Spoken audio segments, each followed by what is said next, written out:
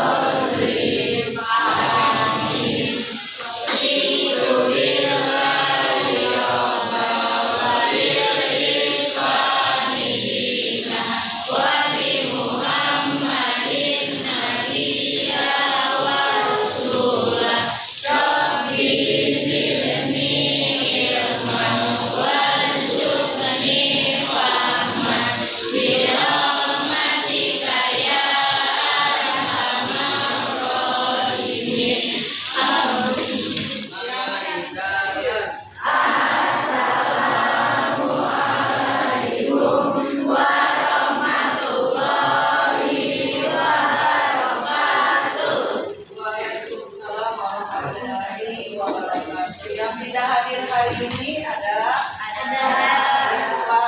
siapa? Arbita sakit. Lilia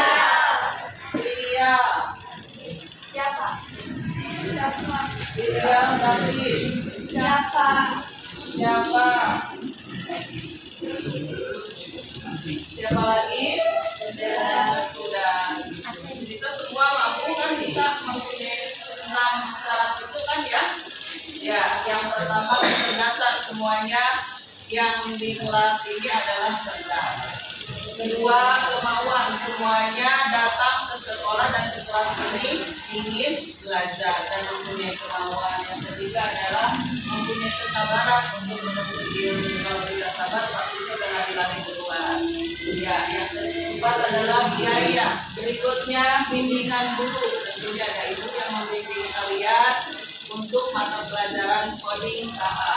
Yang berikutnya adalah waktu yang lama. Tidak 5 menit jadi dan tidak 5 menit bisa ibu tidak, sama baru belajar. Ya. Lanjut. Materi hari ini adalah berpikir komputasional dan literasi digital. Berikutnya dimensi profil lulusannya setelah belajar pastinya nanti kreatif, kolaborasi dan komunikasi. Nanti kolaborasinya kalian diskusi dengan teman sekelompok masing-masing. Ya. Berikutnya tujuan pembelajaran hari ini adalah mampu menyadari pentingnya sikap etis dan tanggung jawab dalam menggunakan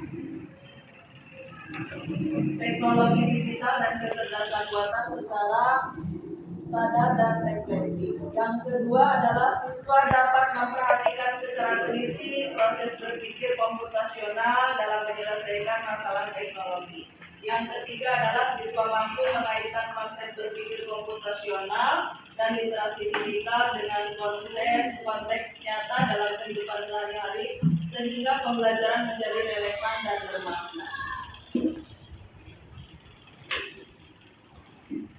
Siapa yang hari ini sudah menggunakan ponsel dari bangun tidur? Acungkan tangan. Sudah ya? Atau belum dibuka handphonenya dari bangun tidur? Sudah. Kira-kira apakah kita sudah menggunakannya dengan rasa tanggung jawab? Iya enggak? Ya. Apa tanggung jawabnya? Ya. Menjaga HP-nya, takut hilang, dan takut rusak. Kemudian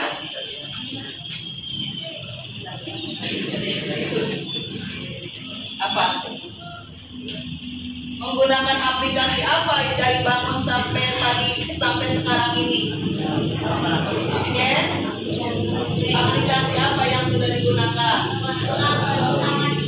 WhatsApp, TikTok, apalagi? Instagram, bilang sudah ya. Apalagi? Roblox, pagi-pagi sudah main game. Apalagi?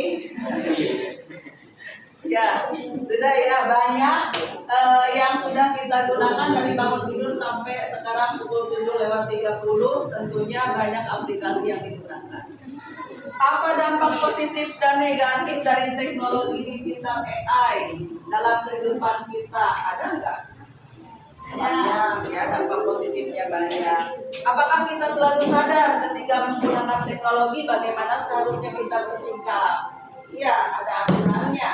Sama seperti kalian masuk ke ruang kelas ini, tentunya mengucapkan salam, sama ada aturannya. Bagaimana cara teknologi bisa memahami kita seperti saat YouTube merekomendasikan video, misalkan suka muncul kan ya, rekomendasi apa yang harus kita tonton untuk usia kita. Berikutnya, menurut kalian bagaimana teknologi bisa digunakan untuk menyelesaikan masalah?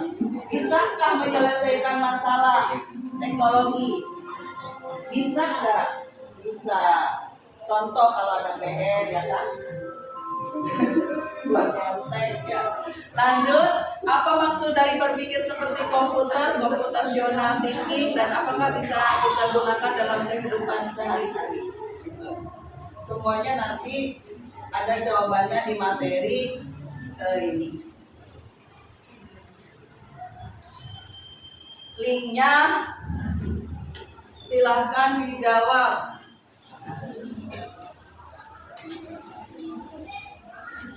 Sudah selesai? Sudah. Semua sudah? Sudah. Kemudian dampak positif dan negatif teknologi digital dan AI banyak. Tidak semuanya harus diupload sepenuhnya oleh kita. Tentunya yang baik kita ambil, yang tidak baik kita, yang tidak baiknya apa? Contoh mengedit foto temannya menjadi aib, itu yang tidak baik, jangan dilakukan. Kemudian contoh perilaku etis dan tidak etis dalam dunia digital. Apa yang etis dan tidak etis tadi? Yang tidak etis adalah ngedit foto temannya menjadi aib. Memfoto guru sedang aib tapi dibuat stiker, itu jangan ya. Nanti ibu lagi tidur dipoto dibuat stiker, ditulisin di bawahnya, jangan seperti itu. Kemudian tanggung jawab pengguna terhadap data pribadi, konten dan interaksi online. Ya, tanggung jawab terhadap apa yang sudah diupload oleh kita gitu. Kemudian harus satu, mengajak orang lain menuju kebaikan, isinya ya, kontennya. Yang kedua, bukan mengajak orang lain menjadi rusuh, menjadi demo, itu jangan seperti itu. Atau mengajak orang lain menjadi membenci orang lain atau membenci suatu instansi, jangan. Ya. Jangan mudah terbawa arus karena konten yang ada di media sosial. Yang kedua, silakan baca oleh Siti. Decomposition, pemecahan masalah. Memecahkan masalah, jika ada sebuah pertanyaan yang tidak bisa dijawab, kita larinya kemana? Yang sudah kalian gunakan apa contohnya? Google. Google. Apalagi ChatGPT. ChatGPT pasti tanya di situ. Kemudian sekarang sudah muncul di WhatsApp juga ada ChatGPT, ada apa? Meta AI. Meta AI, Meta AI. Ya. Ada informasi tentunya kita harus disaring dulu terlebih dahulu. Kemudian algoritma menyusun langkah-langkah solusi. Ya, solusi yang harus diselesaikan. Contoh, misalkan suruh mengerjakan tanaman apa nih, semi hidroponik, apa yang harus diselesaikan? Tentunya harus disusun mulai dari mencari bahan, kemudian menyelesaikan berikutnya adalah memotong bahan, baru menanam, baru merawat, itu baru dipanen. Berikutnya adalah nomor 3, baca TikTok. Analisis dampak teknologi terhadap masyarakat. Peran informatika, kegiatan plaget berbasis teknologi. Plaget itu bisa menggunakan handphone, bisa menggunakan laptop, atau bisa menggunakan komputer. Ya, silakan kerjakan per kelompok, diskusi dengan temannya masing-masing. Pertanyaannya ada 3. 1, sebutkan 2 contoh penggunaan AI di aplikasi yang kamu gunakan sehari-hari. Yang kedua, bagaimana AI membantu dan apa potensi resikonya jika digunakan tanpa etika. Yang ketiga, apa tanggung jawab kamu sebagai pengguna teknologi digital. Nanti setelah ini dipresentasikan ke depan.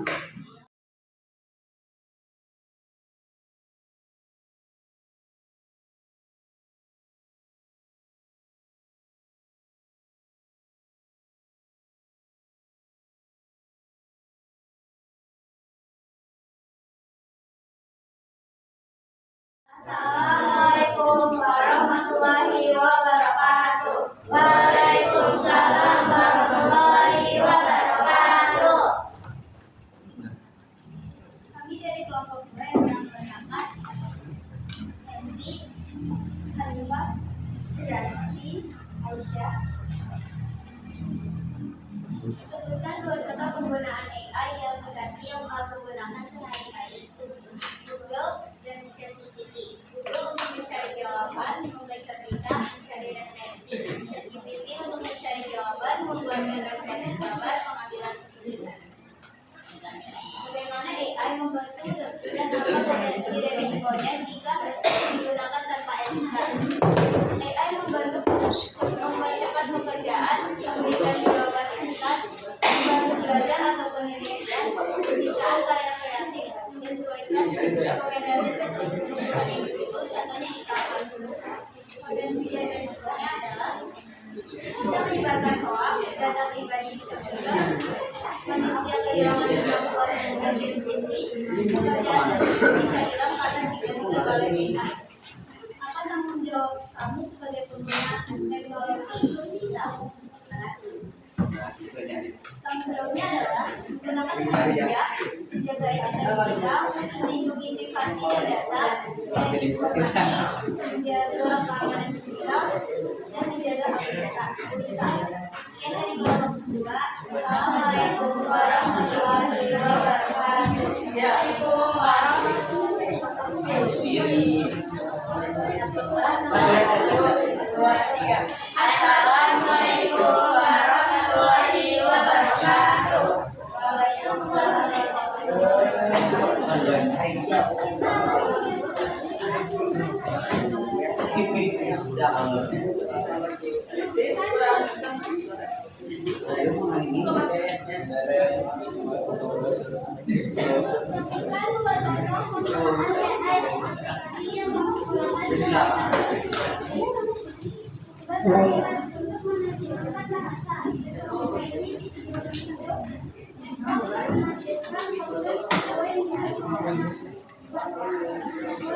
Bagaimana AI membantu dan potensi resikonya jika digunakan tanpa etika?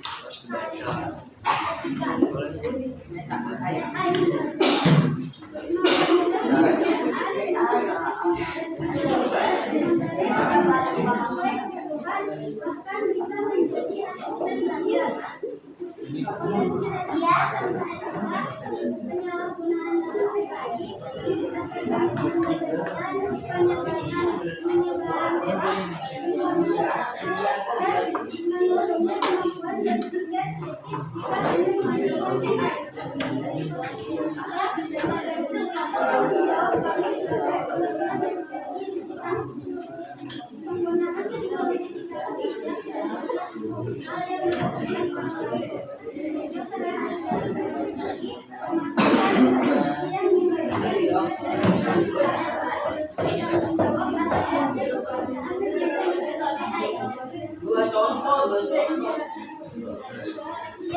Assalamualaikum warahmatullahi wabarakatuh. Tepuk tangan dengan satu jari, tepuk tangan dengan dua jari, tepuk tangan dengan tiga jari, tepuk tangan dengan empat jari. Tepuk tangan tidak berbunyi, coba ulang sekali lagi. Tepuk tangan dengan punggung tangan, lakukan berulang-ulang. Tepuk-tepuk tangan kirimu, tepuk-tepuk sampai ke bahu.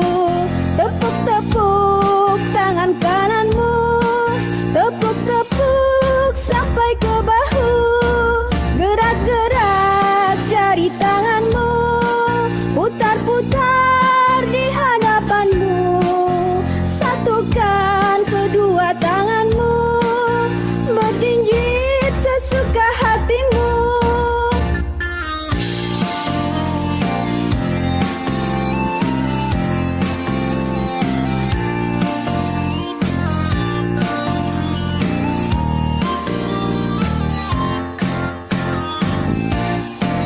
Tepuk tangan dengan satu jari, tepuk tangan dengan dua jari, tepuk tangan dengan tiga jari, tepuk tangan dengan empat jari. Tepuk tangan tidak berbunyi, coba ulang sekali lagi. Tepuk tangan dengan punggung tangan, lakukan berulang-ulang. Tepuk-tepuk tangan kirimu, tepuk-tepuk sampai ke bahu.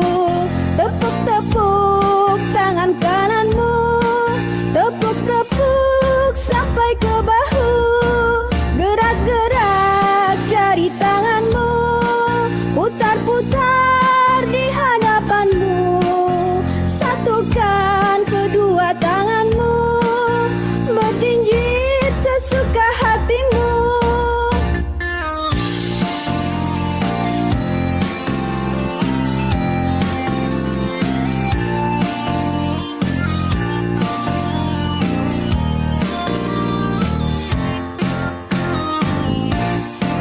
Tepuk tangan dengan satu jari, tepuk tangan dengan dua jari, tepuk tangan dengan tiga jari, tepuk tangan dengan empat jari. Tepuk tangan tidak berbunyi, coba ulang sekali lagi. Tepuk tangan dengan punggung tangan, lakukan berulang-ulang. Tepuk-tepuk tangan kirimu, tepuk-tepuk sampai ke bahu. Tepuk-tepuk tangan kananmu, tepuk-tepuk sampai ke bahu. Gerak-gerak jari tanganmu, putar-putar di hadapanmu. Satukan kedua tanganmu, berjinjit sesuka hatimu.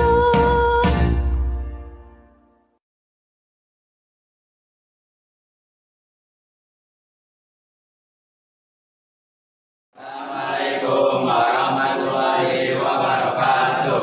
Waalaikumsalam warahmatullahi wabarakatuh. Perkenalkan, nama saya Damal Putra. Nama saya Dipara. Nama saya Fajar Rahman. Nama saya Alfito. Nama saya Arya Dika. Langsung aja. kami akan menyelesaikan dengan kaitan AI dengan kehidupan nyata.